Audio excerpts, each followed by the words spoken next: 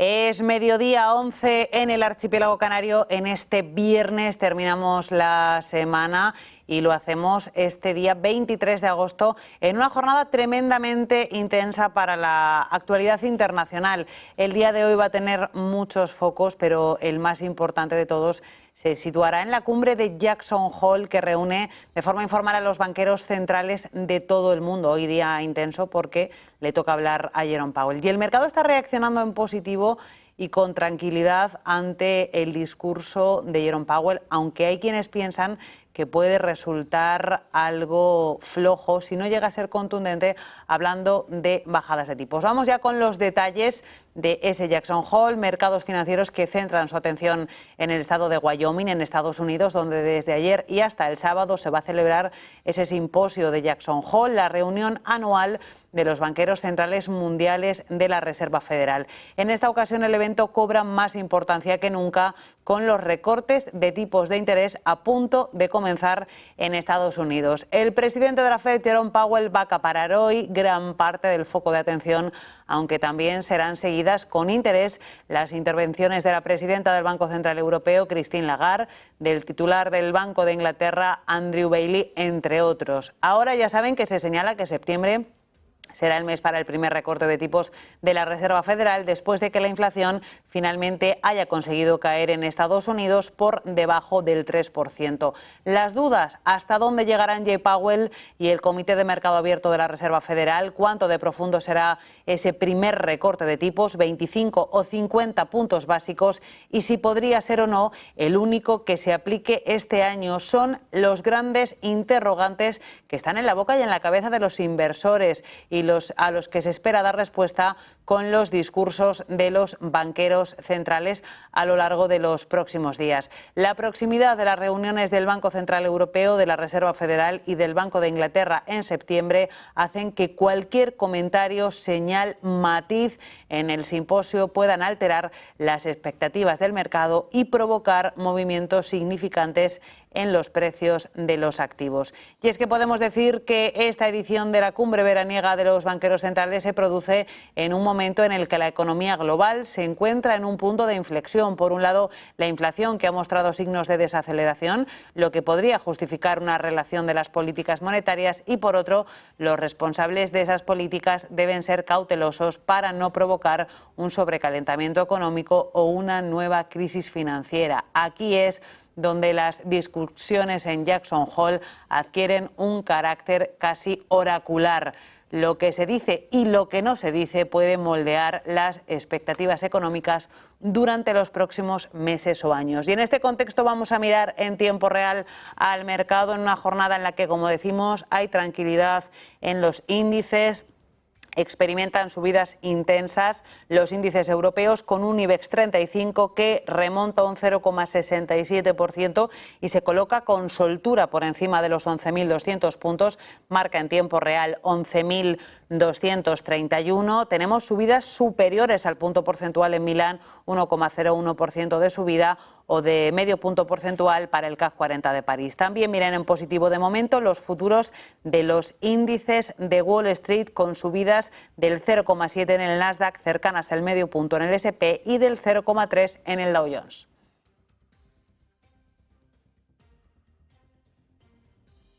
Y continuamos con otra de las noticias del día. Convención demócrata en Estados Unidos. La vicepresidenta Kamala Harris ya ha aceptado de forma oficial la nominación del Partido Demócrata a la presidencia de Estados Unidos. La jornada de anoche, la cuarta y última de esa convención demócrata celebrada en el United Center de Chicago, ha elevado a esta mujer a una de las principales posiciones de poder en el país. Harris tiene 59 años y ha dedicado varios minutos de su discurso de aceptación a hablar de sus orígenes en la bahía de San Francisco, el lugar donde creció y que varias décadas después le sirve como lanzadera de su vida política.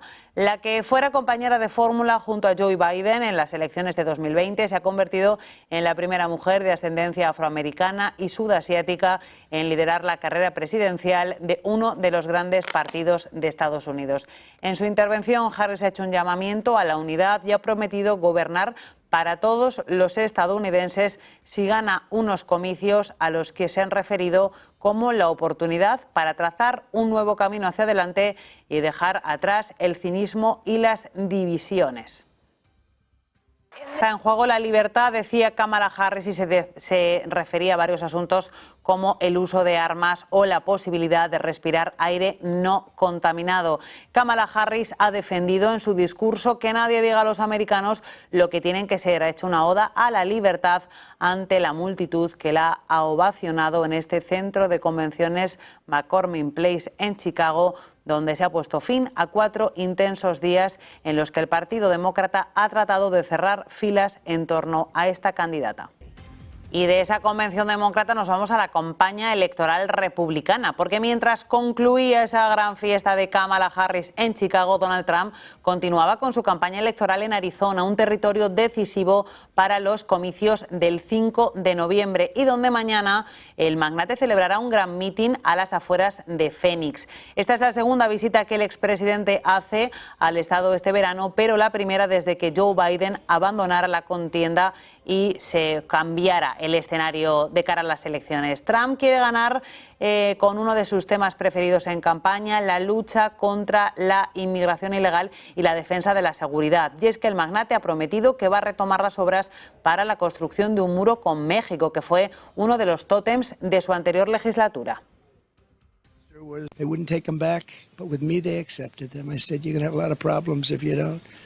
We ended catch and release. We had Remain in Mexico, the greatest policy. Remain in Mexico. How good was that? Everybody remained in Mexico until they were checked out, and either they came in or not. Most of them didn't qualify. Title 42, Safe Third agreements, and 500 miles of border wall that was very, very difficult to even think about getting over, around, or under. The final gaps of the wall were about to be sealed. Then Kamala came in and dismantled every single Trump border policy and halted all wall construction. And there it sits, but much of it's been sold. This is just a small. Y es que Arizona ha sido uno de los epicentros de la crisis migratoria estadounidense del gobierno de Joe Biden. En los primeros 4 meses de este año, la patrulla fronteriza ha documentado 250.000 arrestos en la zona de Tucson, que se extiende por 400 kilómetros a lo largo de la línea fronteriza entre Arizona y Nuevo México. El mitin de hoy en la zona será una buena oportunidad para que Trump mida fuerzas con el tique demócrata, ya que Kamala Harris y Tim Walz visitaron la zona también a principios de esta semana. Los republicanos quieren mostrar hoy una alineación completa para el mitin, que incluye a J.D. Vance, el número 2 de Trump en la dupla a la Casa Blanca, y también Charlie Kirk y la candidata al Senado por el estado fronterizo, Kari Lake. Y además hay otro asunto que tiene que ver con Donald Trump, porque se espera que el tercer candidato en discordia a las elecciones estadounidenses, el candidato independiente de corte libertario Robert Kennedy Jr., abandone la carrera a la Casa Blanca hoy de forma oficial. Según funcionarios estatales, ya esta madrugada Kennedy habría presentado una solicitud para retirarse de esa carrera presidencial en Arizona, y ahora se espera que esta información se haga oficial en las próximas horas durante un mitin que Kennedy tiene previsto pronunciar en el Gran Cañón. Se desconoce si finalmente Kennedy se sumará a la candidatura de Trump. Lo cierto es que tiempo atrás ha habido acercamientos entre ambos. En julio, Trump y Kennedy hablaron por teléfono en los días posteriores al intento de asesinato de Trump en un mitin de campaña en Pensilvania. Un vídeo de parte de la llamada telefónica fue publicado en las redes sociales por parte del hijo de Kennedy, en el que Trump parecía estar de acuerdo con su escepticismo sobre temas como las vacunas contra el COVID. Al día siguiente, Kennedy y Trump se reunieron, de hecho, en persona en Milwaukee en el primer día de la Convención Nacional Republicana. En esas conversaciones, los candidatos habrían hablado por primera vez de la posibilidad de que Kennedy abandonara la contienda y acompañara a Trump a cambio de un papel en su gobierno. Tras esas conversaciones, Kennedy dijo que no abandonaría la contienda, pero a principios de este mes la campaña de Kennedy se puso en contacto con Harris para organizar una reunión y hablar sobre su apoyo a cambio de un futuro papel en el gobierno. Pero es que esa reunión nunca llegó a celebrarse, así que parece que hay más cercanía entre Trump y Kennedy que con Kamala. Tendría Kennedy el 5% de los apoyos en Estados Unidos. Y de Estados Unidos nos vamos a Argentina porque esta madrugada la oposición en el país latinoamericano ha hecho valer su mayoría para sacar adelante en el Senado una reforma del actual sistema sobre el cálculo de las pensiones al que se habría opuesto de forma abierta el presidente Javier Milei, que ha amenazado de forma directa con vetar esa propuesta cuando llegue a su mesa. La medida ha recibido solo 8 votos en contra, 61 a favor, entre ellos los del sector kirchnerista. Con estos cambios, los impulsores de la medida quieren introducir un ajuste del 8,1% para compensar las pérdidas del poder adquisitivo de los pensionistas en enero y revisar mensualmente conforme a la inflación. Milei ya ha dicho en varias ocasiones que este tipo de ajustes no le gustan. Ya fueron aprobados en junio por la Cámara de Diputados y su portavoz Manuel Adorni ha vuelto a ser claro en su rueda de prensa de este jueves. Todo lo que vaya en contra del equilibrio fiscal y de las cuentas públicas, que es nuestra columna vertebral, se va a vetar. Y nueva jornada de trabajo para los servicios de rescate del buque Bellesian, el yate de lujo hundido en las costas de Palermo, en Italia. Continúa buscándose a Hannah Lynch, la hija de 18 años del magnate fallecido Mike Lynch. Todavía no ha podido ser localizada después de 3 días de trabajo arduos en los que los efectivos han tenido que hacer uso de un dron monitorizado con suficiente autonomía para llegar al lugar en el que se encontraban los cuerpos sin vida de las 5 personas fallecidas que sí que se han podido recuperar y que quedaron hundidas en el barco tras el naufragio. Ayer se confirmaba la localización y el rescate de los cadáveres de 5 de los desaparecidos, entre los que se encontraba el magnate Mike Lynch, conocido como el Bill Gates británico. También se confirmaba la identidad del cuerpo del presidente de Morgan Stanley International, Jonathan Bloomer, del abogado del bufete Clifford Chance, Chris Morvillo, y de parte de sus familias. Todavía es pronto para saber qué ocurrió en la madrugada del lunes para que esa tromba marina sorprendiera a la tripulación del Bellesian y pillara desprotegidos y durmiendo a los pasajeros del velero. Ese tornado en el agua fue lo que provocó el accidente y tumbó el mástil, hundiendo el barco, pero la Fiscalía ha puesto en marcha una investigación para esclarecer los hechos, dado que el capitán respondía horas después de la tragedia que nadie vio venir esa fulminante tormenta, esa columna hacia el velero. Y nos vamos a Venezuela porque el Tribunal Superior de Justicia de Venezuela, acusado de estar controlado por magistrados afines al gobierno del país, ha confirmado los resultados oficiales de las elecciones del 28 de julio que dieron la victoria a Nicolás Maduro, lo que ha sido señalado como fraudulento tanto dentro como fuera del país por parte de la comunidad internacional. Ayer el Consejo Electoral de Venezuela anunciaba esa victoria de Maduro, también lo hizo el pasado 28 de julio y prometía que las actas con los detalles de los resultados mesa por mesa se publicarían tras ese 28 de julio, tal y como exige la ley. Sin embargo, aún no se han publicado y mientras la oposición defiende la victoria de su candidato, Edmundo González Urrutia, y sí ha mostrado las actas para respaldar esta afirmación. Precisamente González Urrutia aseguraba ayer por la tarde que la decisión del Tribunal Supremo de Justicia de validar la victoria en las urnas de Nicolás Maduro solo agravará la crisis que se ha reactivado en Venezuela desde esa misma noche del 28 de julio. Y nos vamos hasta la guerra en Ucrania porque el ministro de Defensa ucraniano afirma que el ataque a Kursk tiene como objetivo proteger la zona fronteriza.